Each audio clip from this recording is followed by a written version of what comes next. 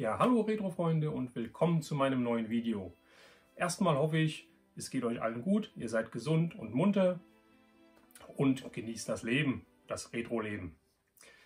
In diesem Video möchte ich euch ein Update geben aus dem Bereich Medien, also alles, was sich jetzt um Filme, um vielleicht Musik, ja, Hörspiele, was auch immer alles dreht, was ich die letzten Tage bekommen habe, was ich über Online-Portale gefunden habe, was ich vielleicht hier irgendwo abgeholt habe, sowie auch das ein oder andere Geschenk ist dabei. Dann möchte ich euch noch einen kleinen Hinweis geben, was die nächste Zeit passieren wird auf meinem Kanal. Also seid gespannt und wir legen los.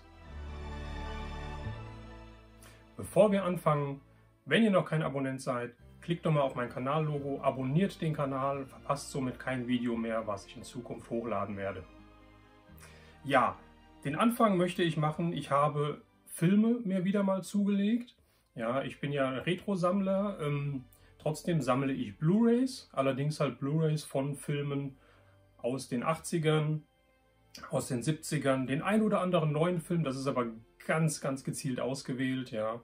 Den Anfang möchte ich machen, was ich gefunden habe, und zwar ist das ein Film, den ich vor kurzem sogar online gestreamt habe, gesehen habe, mal wieder nach langer Zeit, und ich muss sagen, ich hatte den Film gar nicht mehr so gut in Erinnerung, er hat mir super gefallen, habe dann halt mal online geguckt, was der so kostet, und dachte mir, für den Preis stelle ich mir den ins Regal, und zwar ist das der letzte Countdown, ja, ein Filmklassiker von 1980, sogar in der 2D, also in der Standardversion, als auch in der 3D-Version. Ja, der Film ist mit Kirk Douglas, mit Martin Sheen, also wirklich zwei Hollywood-Legenden. Und der Plot ist super interessant. Ja. Es geht darum, dass ein Flugzeugträger von 1980 halt durch einen Zeitstrom quasi fällt und quasi kurz vor dem japanischen Angriff auf Pearl Harbor in den 40er Jahren in der Zeit zurückgeschleudert wird, dahin, zu diesem Zeitpunkt. Ja. Und dann ist natürlich die Frage, nachdem die das halt so rausgefunden haben auf dem Schiff, was machen wir? Greifen wir ein? Weil mit dem Flugzeugträger, mit den Flugzeugen aus dieser modernen Zeit, 1980, wäre es ein leichtes, halt diese japanische Flotte zu zerstören und den Weltkrieg vielleicht halt so abzuwenden, Pearl Harbor nicht zerstört zu bekommen. Und da ist es halt interessant, wie entscheide ich mich? Ja, greife ich in die Geschichte ein? Ändere ich das? Verändere ich damit die komplette Zukunft?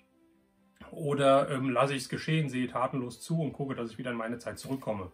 Also wie gesagt, es ist echt ein Filmtipp von mir. Der Film hat jetzt, glaube ich, keine 5 Euro inklusive Versand gekostet und wandert somit in meine Sammlung. Der nächste Film ist auch aus den 80er Jahren, und zwar aus dem Jahr 1987. Und zwar auch für mich ein Klassiker, den ich auch lange nicht mehr gesehen habe, den ich schon die ganze Zeit auf Beobachtung mehr oder weniger online hatte, jetzt zugeschlagen habe, weil der Preis für mich gepasst hat. Und das ist zwar Alan Parkers Angel Heart mit Mickey Rourke und mit Robert De Niro. Ja, auch ein klasse Film, ist ein okkulter Horror, nicht ganz Horror, aber ein okkulter Thriller mit Horrorelementen. Ja. Es spielt halt in den 50er Jahren. Mickey Rourke ist ein Privatdetektiv, ja, und gerät da in ein okkultes Trauma quasi rein.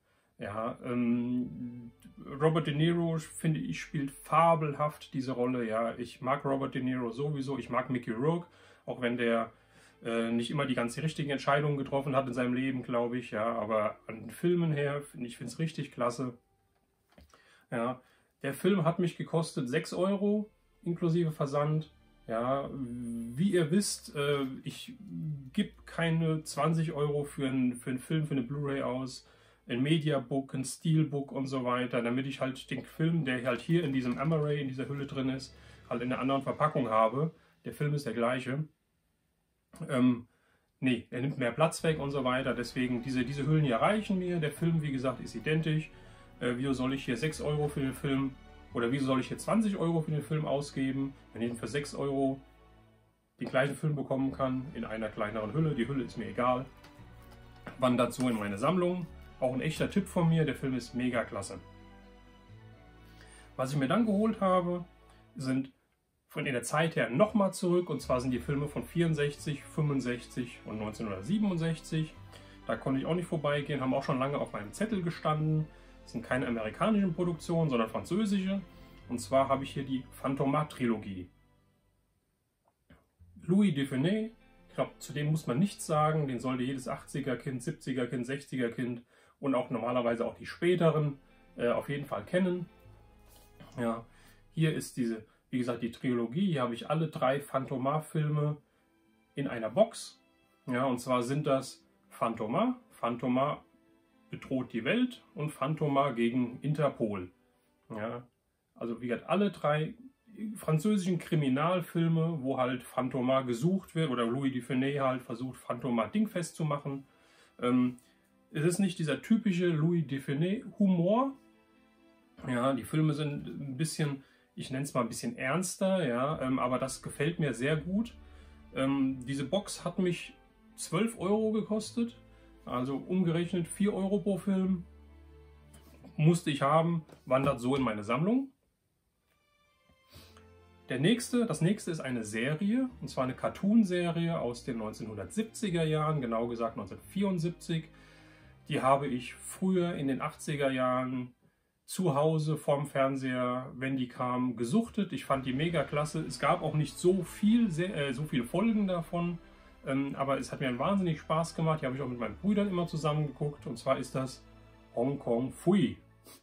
Ja, eine 70er-Serie über einen Hund, der Karate kann, der versucht, Verbrechen zu lösen und so weiter, der recht tollpatschig ist und eigentlich immer das Verbrechen nie selbst löst, sondern eigentlich immer Hilfe bekommt, das aber gar nicht weiß. Er denkt immer, er löst es selbst, aber dabei ist es immer jemand anders, der es löst.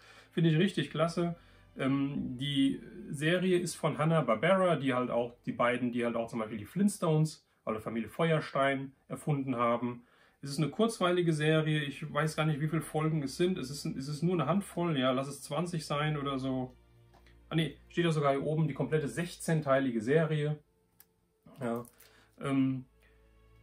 der einzige Makel, wie ihr seht, es ist noch eingepackt, es ist noch in Folie, ich habe es nicht ausgepackt bisher, noch nicht dazu gekommen.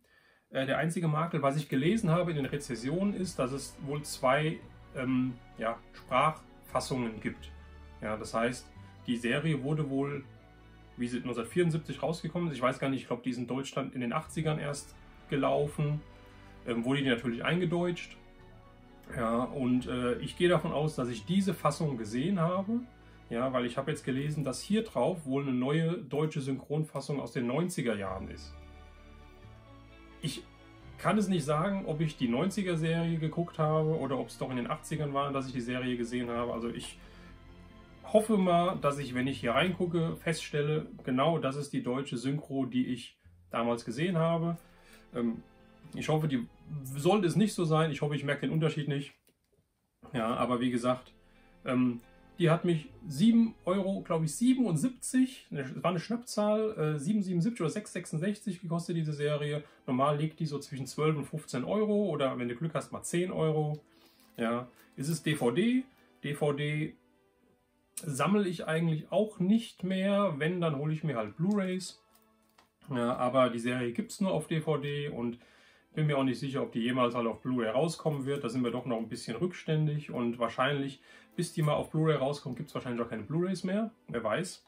Ja, deswegen dachte ich mir, für den Preis schnappe ich mir die.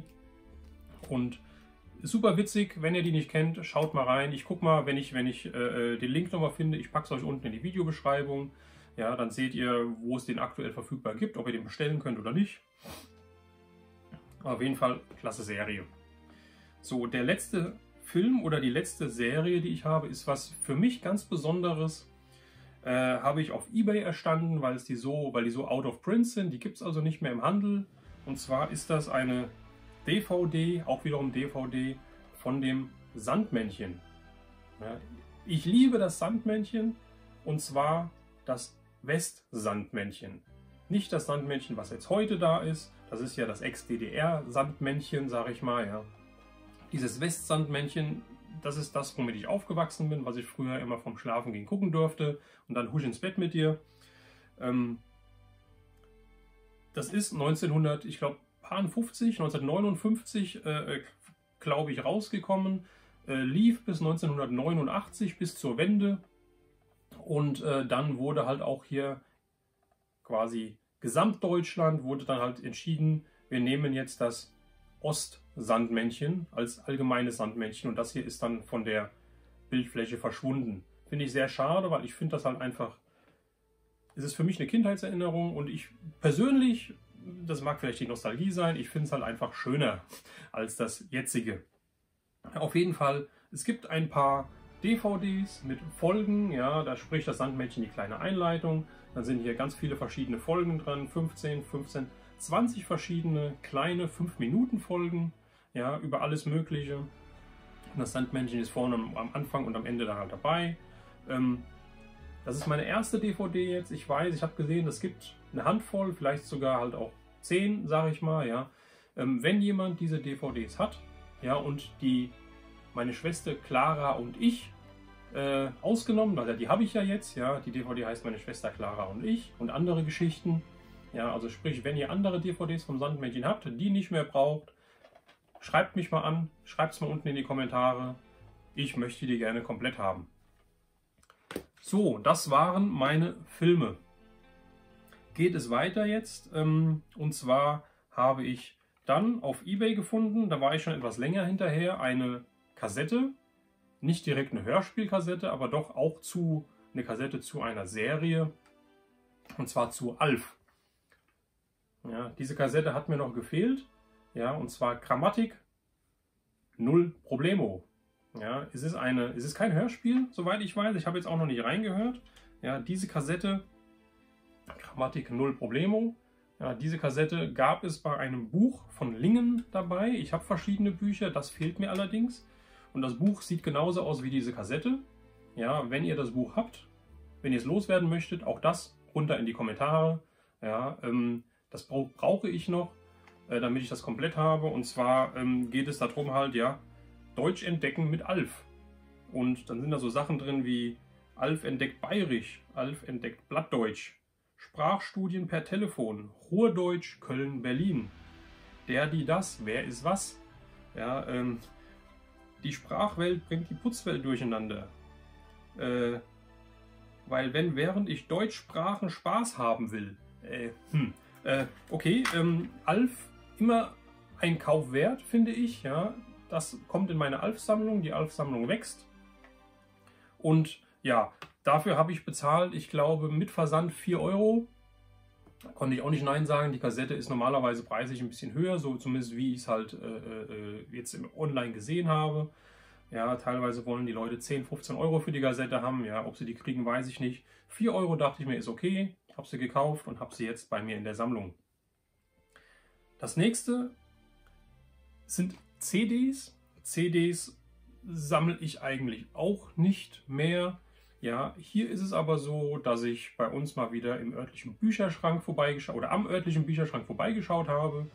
Und siehe da hat jemand nicht nur Bücher reingepackt, sondern auch CDs. Und da konnte ich nicht vorbeigehen, denn ich habe einmal eine Musik-CD bekommen, und zwar ein Sampler. Ja, und zwar sind das die Teenage Mutant Hero Turtle Power Hits. Finde ich klasse, sowas gab es auch mal von Alf. Ja, da hat auch Alf aktuelle Lieder zu dem Zeitpunkt halt als Werbefigur standgehalten, ja, und da war halt Alf voll drauf. Und diese CD ist von 1990, ist eine Doppel-CD, da sind dann Lieder drauf wie I Promised Myself von Nick Cayman, der leider kürzlich jetzt verstorben ist. Echt schade. Ja, MC Hammer, Can't Touch This, ja, wer kennt es nicht? Dann Soul to Soul oder Snap ist hier drauf. Blue System, Dieter Bohlen darf ja natürlich auch nicht fehlen. Ja, und ich finde es halt echt witzig, wie die Turtles oder wie der Turtle hier gezeichnet ist. Ja, so komplett atypisch, also komplett anders, da wie er eigentlich ist und war. Und 1990 sind die Turtles ja, meine ich, mehr oder weniger gerade so auf dem Höhepunkt gewesen oder gerade rausgekommen.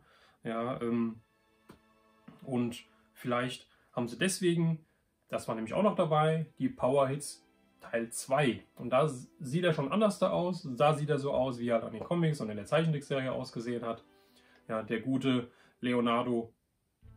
Und die CD ist ein Jahr später rausgekommen, 1991, und hat Lieder drauf von, ja, wen kenne ich denn? Seal ist drauf, ja, und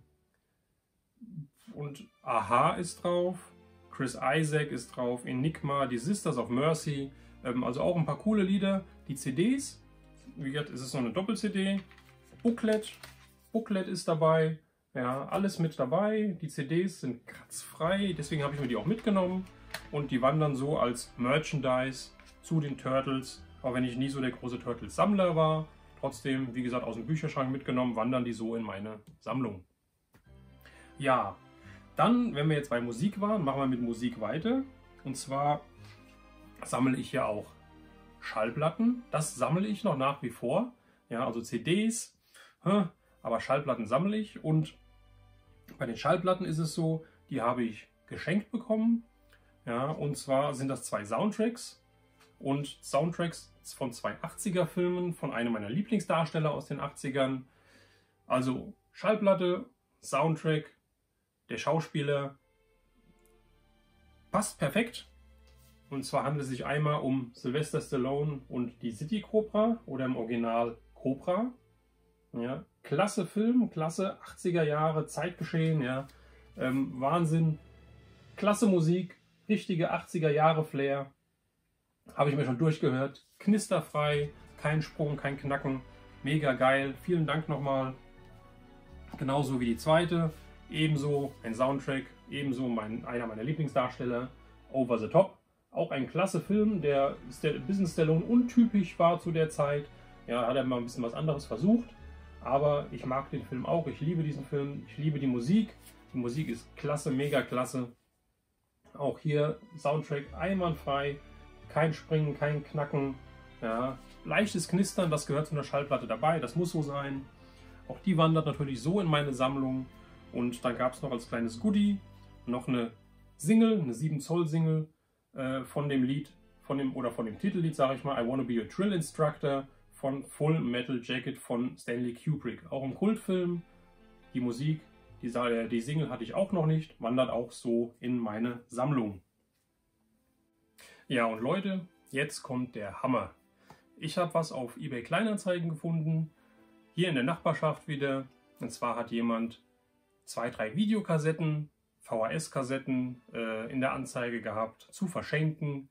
Ich habe gesagt, hier, ich habe Interesse daran, ich würde sie abholen. Ja, können wir da was vereinbaren? Er sagte, natürlich, klar, kommen Sie vorbei. Ich habe eventuell noch ein paar mehr, wir sind gerade am Aussortieren. Wenn Sie möchten, kommen Sie vorbei, holen Sie die ab. Termin ausgemacht, hingefahren und jetzt knistert es eventuell ein bisschen. Oh, ich habe einen Müllsack voll Filmen bekommen. Und ich möchte das jetzt gerne mal auspacken. Ich habe noch nicht reingeguckt. Ja, der hat gesagt, nehmen Sie den Sack so mit, die Filme. Ich habe kurz mal reingeguckt. Ja, ich habe kurz mal reingeguckt, dass auch wirklich keine Pferdeköpfe oder was weiß ich was drin sind. Und habe es dann wieder zugemacht, über den Rücken geschleudert. Bin mir vorgekommen wie der Nikolaus. Und habe die in mein Auto geladen, bin hierher gekommen. Und jetzt möchte ich gerne mit euch zusammen nochmal schnell gucken, was da so alles drin ist. Und ich packe erstmal rein. Und zwar sind das die Filme, die ich gesehen habe in der Anzeige. Und zwar ist das einmal die VHS von einer Lucky Luke Folge von Daisy Town. Finde ich richtig klasse. Die wandert natürlich so in meine Sammlung. Dann habe ich den Film House. Ein Horrorfilm, Horrorkomödie aus den 80ern. Ja, den lasse ich auch mal so in meiner Sammlung. Dann habe ich die VHS von Pearl Harbor. Der wandert nicht in meine Sammlung. Das heißt, wenn den jemand haben will, bitte Bescheid sagen. Schreibt es unten in die Kommentare. Den brauche ich nicht. Dann haben wir hier ein Schweinchen namens Babe. Auch der wandert so nicht in meine Sammlung. Der kann auch getauscht werden oder ja, wenn jemand was haben möchte. Dann wiederum Asterix und Cleopatra, wieder ein Zeichentrick von Select Video. Ja, die haben früher ganz viele Zeichentrickfilme rausgebracht. Den behalte ich dann wieder. Dann habe ich sogar DVDs hier drin, sehe ich gerade. Paranormal Activity 3, interessiert mich nicht. Ab in die Tauschkiste. Dann habe ich hier Symphony of Death. Keine Ahnung, sagt mir nichts. Tauschkiste. Oh, ich sehe gerade, es sind nicht nur VHS. Ich habe hier DVD, die neuen Pforten. Tauschkiste. Paranormal Activity 4. Tauschkiste. Und weiter geht's. Wild Wild West DVD. Auch nichts für mich. Heat, ein Klassiker, Robert De Niro, Al Pacino, aber habe ich schon. Tauschkiste. Dann habe ich hier Winona Ryder 6-101. Keine Ahnung. Tauschkiste. Dann wieder irgendwas Komisches. Train DVD. Tauschkiste. James Bond, die Welt ist nicht genug. Tauschkiste. Ja, doch mehr DVDs, wie ich dachte. Oder wie ich überhaupt geahnt habe. Paranormal Cellar. Tauschkiste. Ach je. Atrocious. Keine Ahnung. Auf jeden Fall Tauschkiste. We All Scream for Ice Cream. Kein Schimmer. Tauschkiste. Ach, schau mal an. PlayStation 2 Spiel. Medal of Honor. European Assault. Ein PlayStation 2 Spiel. Ist natürlich interessant. Aber allerdings, es geht eigentlich noch, ja. Vom Zustand her. PlayStation 2 hatte ich zwar früher gehabt. Habe auch hier das ein oder andere Spiel noch. Habe aber keine Konsole mehr, weil mir die jetzt schon... Hört sich jetzt blöd an, aber weil mir die zu neu ist. Von daher, wer das haben will, auch mal in die Kommentare schreiben. Geht in die Tauschkiste. Wo sind denn die VHS-Kassetten? Da haben wir VHS. So, Mission Impossible 2, VHS, Tauschkiste.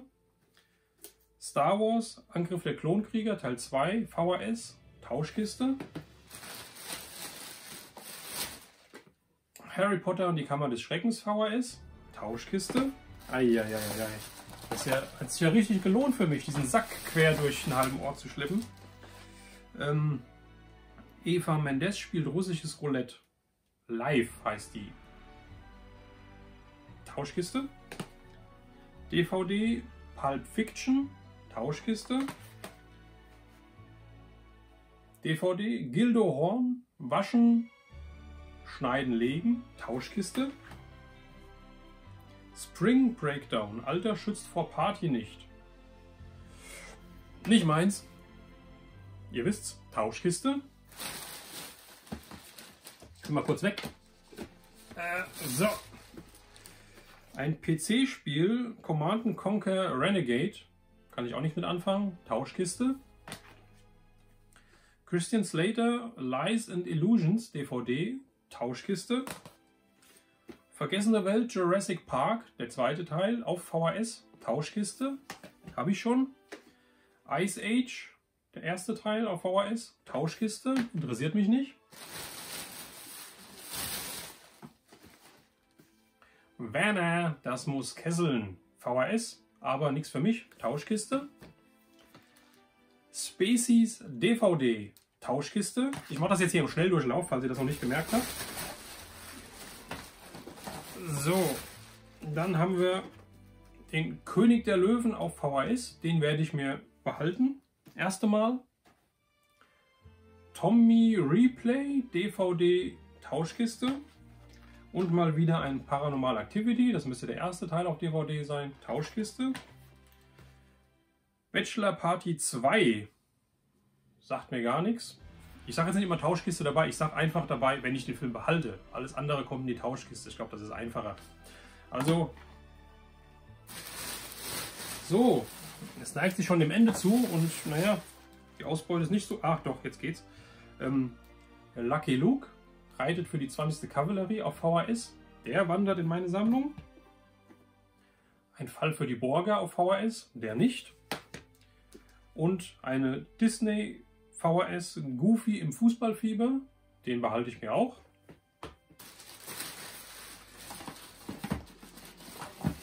So, und ich glaube, jetzt kommt der Rest. Lulu und Jimmy DVD. DVD VHS, Kapp und Kappa von Disney. Den lasse ich erstmal bei mir. Ich liebe die Disney, die alten Zeichentrickfilme, auch auf VHS. Ja, das macht halt Spaß, das zu sehen, mit ein bisschen Bildflackern und so weiter. Das erinnert mich halt komplett an meine Kindheit. Harry Potter, der erste Teil auf VHS, Stein der Weisen. South Park, der Film auf VHS. Und, Moment, da ist, das Beste kommt wahrscheinlich zum Schluss.